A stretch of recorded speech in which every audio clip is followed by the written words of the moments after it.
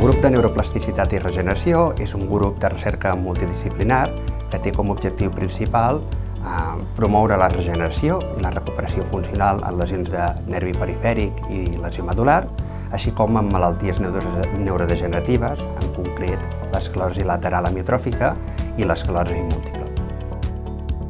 És important que es faci recerca en aquest àmbit perquè, malauradament, els pacients que pateixen aquestes patologies a l'actualitat o no tenen un tractament eficaç, com per exemple seria en el cas de les lesions medul·lars, que actualment no hi ha cap tractament farmacològic per promoure recuperació funcional, o si existeix, com serien les altres, aquests efectes que s'obtenen sobre la recuperació funcional són molt pobres.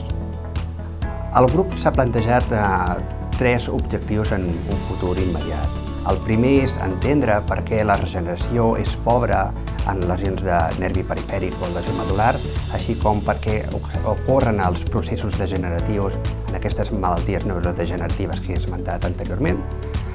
Aquest objectiu seria per desenvolupar noves estratègies terapèutiques. El segon bloc de futurs immediats seria testar si aquestes estratègies terapèutiques que hem desenvolupat tenen eficàcia per a aquestes patologies i, en el cas del que en tinguin, intentar traslladar-lo fins a la clínica.